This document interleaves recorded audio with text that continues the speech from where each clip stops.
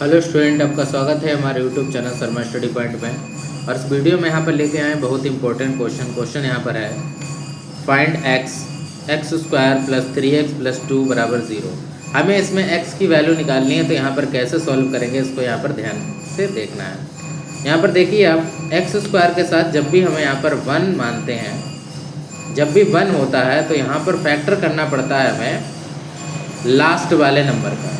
ठीक है, तो यहाँ पर लास्ट वाला जो नंबर है आपका 2 है, और 2 के ऐसे गुणनखंड करिए, 2 के ऐसे गुणनखंड करिए यहाँ पर कि यहाँ पर जो प्लस है तो इसका मतलब ये जोड़ने पर 3 आ जाए।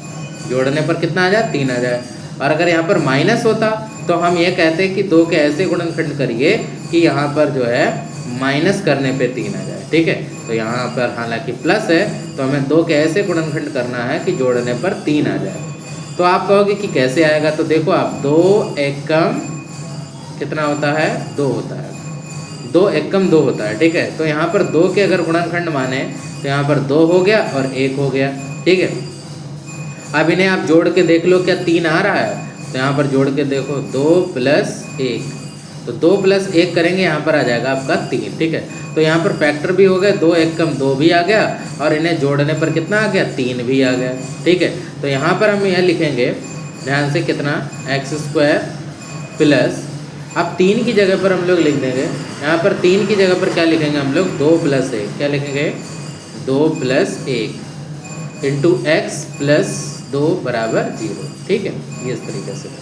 अब यहाँ पर लिखेंगे एक्स स्क्वायर प्लस 2 की गुणा यहाँ पर x से होगी तो ये हो जाएगा 2x, 1 की गुणा x से होगी तो यहाँ पर हो जाएगा आपके लिए 1x, और प्लस का 2 ऑलरेडी दिया गया है बराबर 0। इस हिसाब से यहाँ पर देख ले एक्स स्क्वायर और प्लस 2x में अगर हम x कॉमन ले लेते हैं तो यहाँ पर बचेगा आपका x प्लस 2। ठीक है, और यहाँ पर अगर हम 1 कॉमन ले लेते हैं तो यहाँ पर बचेगा x प्लस 2। क्लियर, बराबर में 0। अब यहाँ पर दोनों में देखिए कि x प्लस 2 यहाँ भी है, x प्लस 2 यहाँ भी है, तो दोनों जगह से हम यहाँ पर x प्लस 2 यहाँ पर कॉमन ले लेते हैं। ठीक है, तो यहाँ पर पहला कॉमन है हमारा x और दूसरा कॉमन है हमारा 1, तो x प्लस 1 हो जाएगा बराबर में 0। अब यहाँ पर जब 2 गुणनखंड आपस में मल्टीप्लाई में होते हैं तो या तो पहला गुणनखंड 0 होता है या तो दूसरा गुणनखंड 0 होता है। तो यहाँ पर हम अगर इफ लिखेंगे, इफ x प्लस 2 बराबर 0, अगर x प्लस 2 0 के बराबर होगा तो इस हिसाब से यहाँ पर x बराबर यहाँ पर हो जाएगा, ये जो 2 है वो उधर चला जाएगा 0 के, तो हो जाएगा माइनस का 2। ठीक है, तो x बराबर हो जाएगा आपका माइनस का 2। ये आपका एक आंसर हो गया, x बराबर माइनस 2। और यदि हम x प्लस 1 को रखते हैं 0 के बराबर, x प्लस 1 बराबर 0 रखते हैं, x बराबर हो जाएगा 1 उधर चला जाएगा तो ये हो जाएगा माइनस का 1, x बराबर हो जाएगा माइनस का 1।